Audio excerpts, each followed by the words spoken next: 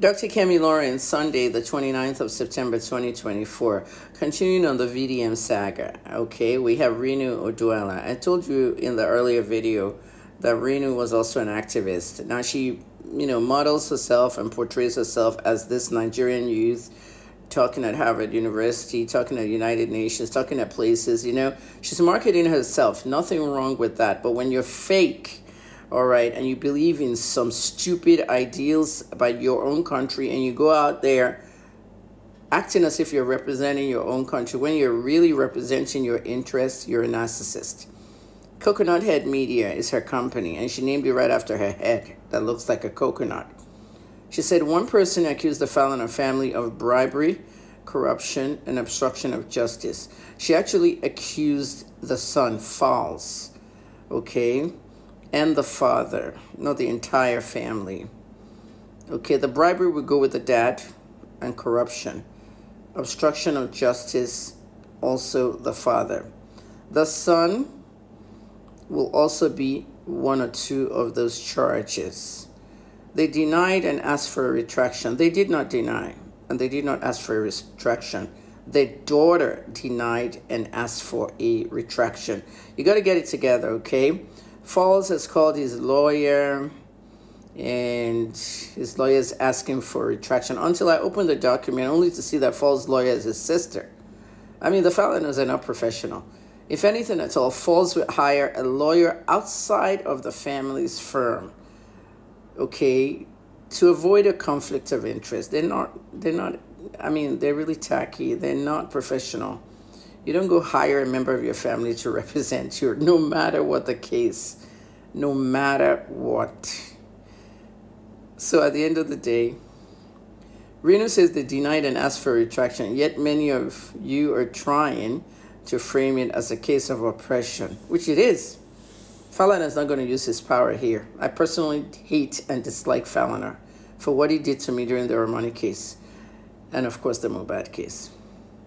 It's wild some people even dare to imagine Falana, a son, actually asking for a bribe from Bobrisky.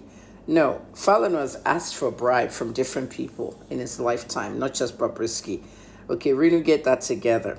Let me tell you a story, Rinu. Maybe you don't know. In the case where I was kept in prison for 6 months, the Ibiomi case, there were two judges, the federal judge and the magistrate judge, simply because Ibiomi and his spiritual son, the late Kennedy Okoko, sued me in both courts.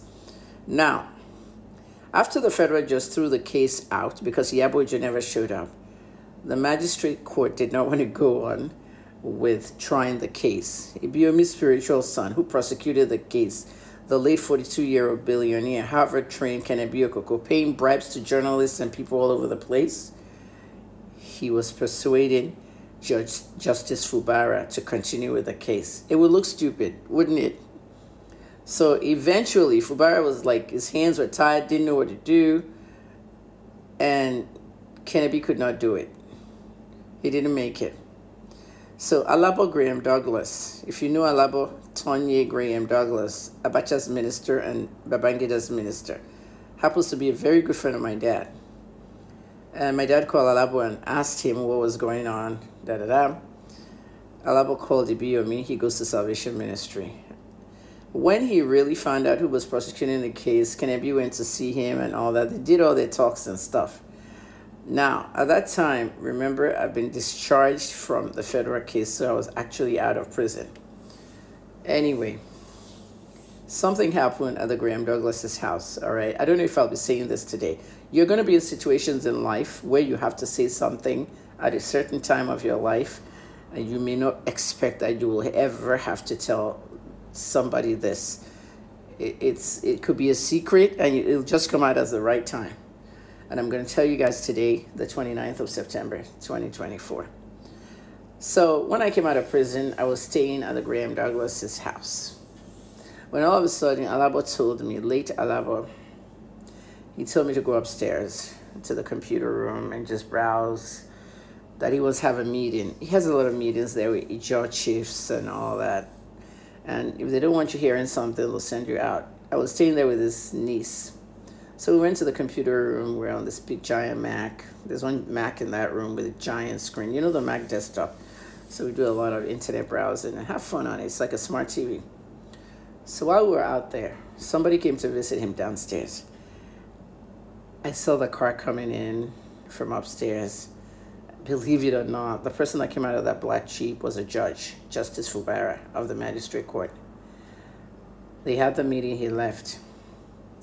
Later on, we went downstairs to watch TV, and he told me that he just called Justice Fubara to come and see him here because the BOM's prosecutor wanted to prosecute the case in magistrate. It didn't look good. My dad was calling him like they should leave my daughter alone, all that stuff. All I know is that Alabo looked at me in front of his niece. That's my only proof now because he's passed away, and said to me, did you hear what I said? He did that.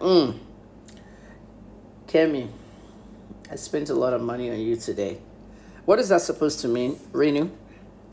Alabo Tonya Graham Douglas, a revered minister for the Abacha and the Babangida government, told him, Kemi, I spent a lot of money on you today. That means he just gave Justice Fubara a bribe to dismiss my case. Do you not understand that the system in Nigeria is so corrupt? Everybody knows the numbers. The most corrupt bar association in the world is the American Bar Association, followed by the Jamaican Bar Association, followed by the Brazilian Bar Association. Number 4 is the Nigerian Bar Association. And I'm so glad we're in number 4 and not number 1, where we should be. Judges are taking bribes in Nigeria all the time. Am I supposed to go and tell Justice Fubara, oh yeah, how much did Alabo pay you? I just had to show up in court. And he looked at me and said, Kemi, are you glad that the charges are going to be withdrawn? I'm like, yeah, I'm glad. And it was withdrawn, and that was the end of the BOME case. And Kennedy had paid journalists $100,000 each not to report it. That's why you guys didn't know what happened when I came out of prison. You just saw me at the BOME's church doing a testimony. And some people twisted the testimony and said I went to beg BOME. BOME was not even in the church. I came down on the altar and I went to hug his wife. They termed it that I went to beg. And many of the people that termed it were people from that very same salvation ministry, crazy worshippers from that church. Now, I know I've revealed the name of a big Port Harcourt judge right now in this audio. So be it, because I'm known for the truth. And Alabo, may you rest in peace. That man said, if you know how much I spent on you today, he possibly called the judge to tell him to dismiss the case and paid him money. Whether he asked for that money, I don't know. Or maybe he tipped the judge. I don't know. Money exchange hand. That's what matters.